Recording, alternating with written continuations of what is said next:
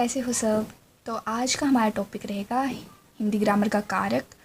कारक किसे कहते हैं, इसके कितने भेद होते हैं और विभक्तियाँ भी होती हैं इसमें, और कैसे कौन सी विभक्ति कौन सा कारक किस सेंटेंस में यूज़ होता है, आज हम इसके बारे में पढ़ेंगे। तो सबसे पहले हमारा आता है कारक। कारक किसे कहते हैं, कारक की परिभाषा क्या है।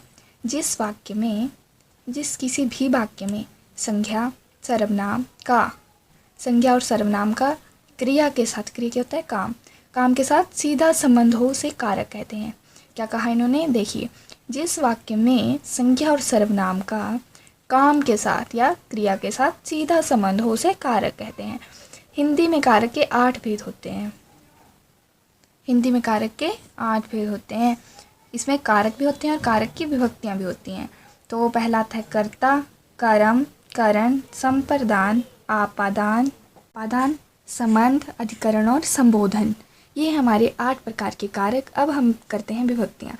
तो विभक्ति क्या होती हैं, जैसे कर्ता की विभक्ति है ने, कर्म को करण से के द्वारा, संप्रदान को के लिए, आपादान से जुदाई, संबंध का के किरारे रे, अधिकरण में पर और संबोधन हे अरे।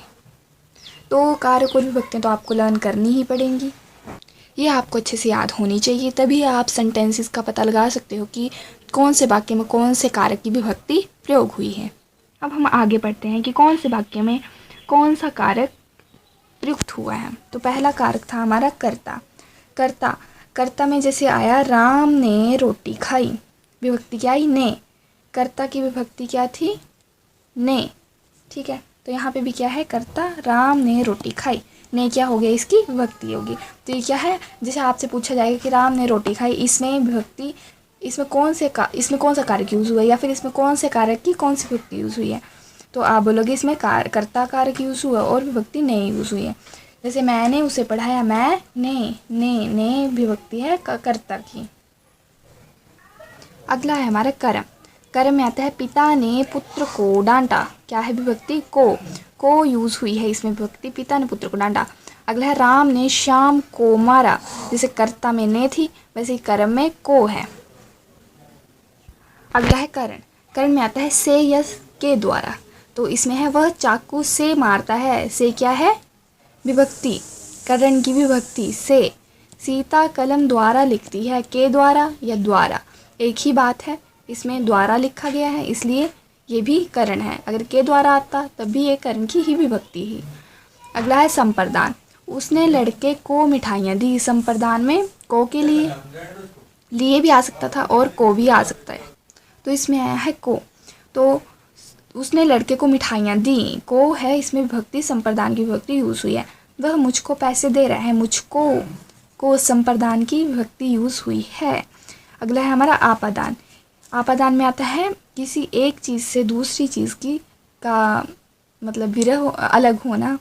जैसे हिमालय से गंगा निकलती है, जैसे जुदाई होती है एक चीज़ से, वैसे हिमालय से गंगा अलग होती है, किसी चीज़ का अलग होना आपादान में आता है। हिमालय से गंगा निकलती है, हिमालय से गंगा निकल रही है, तो हिमालय से तो अलग हो रही है गंगा, तो इसमें से का यूज़ हुआ, से विभक्ति का प्रयोग हुआ है किसमें, आपादान में। तो आपादान की विभक्ति क्या हुई, से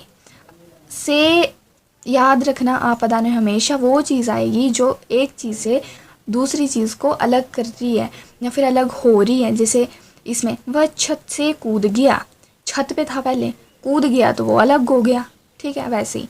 अगला है संबंध, यह कृष्ण की किताब है। संबंध, किसी का संबंध किससे बता रहा है, कृष्ण का संबंध किताब से बता रहा है कि यह कृष्ण की किताब है, यह प्रेमचंद का उपन्यास है,